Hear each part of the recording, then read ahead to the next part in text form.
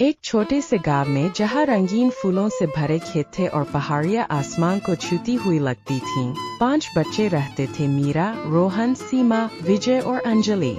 एक दिन खेलते खेलते उन्हें एक जादुई झील मिली। झील में रंग बिरंगे बुलबुले तैर रहे थे जो हल्के से चमक रहे थे। जिज्ञासा से भरकर मीरा ने एक बुलबुले को छुआ।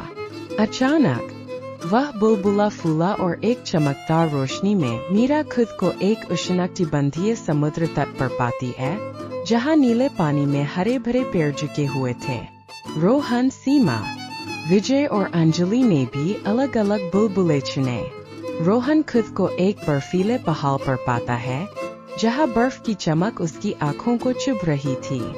सीमा एक रंगीन बाजार में पहुंचती है, जहां हर तरफ मसाले और रंगों की खुशबू थी। विजय एक विशाल रेगिस्तान में पहुंचता है, जहां रेत के टीले दूर तक फैले हुए थे। और अंजलि एक हरे भरे जंगल में पहुंचती है, जहां पक्षियों की मधुर आवाजें गूंज रही थीं। हर बच्चा अपने अपने नए स्थान पर हैरान और खुश था। उन्होंने नए नए जीव जंतुओं को देखा, नई नई चीजें खाई और नई नई जगहों का अन्वेषण किया। उन्होंने एक दूसरे को याद किया, लेकिन हर कोई अपने अनुभवों में खोया हुआ था। कुछ घंटों बाद जब वे थक गए, तो उन्होंने वापसी का रास्ता ढूंढना शुरू किया। उन्होंने फिर से जादुई झील को ढूंढा और उसी तरह से हर बच्चा अपने मूल स्थान पर वापस आ गया। जब वे एक साथ फिर से मिले, तो उनके चेहरे खुशी से चमक रहे थे। उन्होंने अपने अनुभवों के बारे में एक दूसरे को बताया, हंसे और रोए।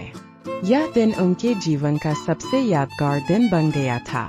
उन्होंने सीखा था कि दुनिया कितनी बड़ी और खूबसूरत है और जादू हर जगह मौजूद है, बस उसे ढूंढने की जरूरत है।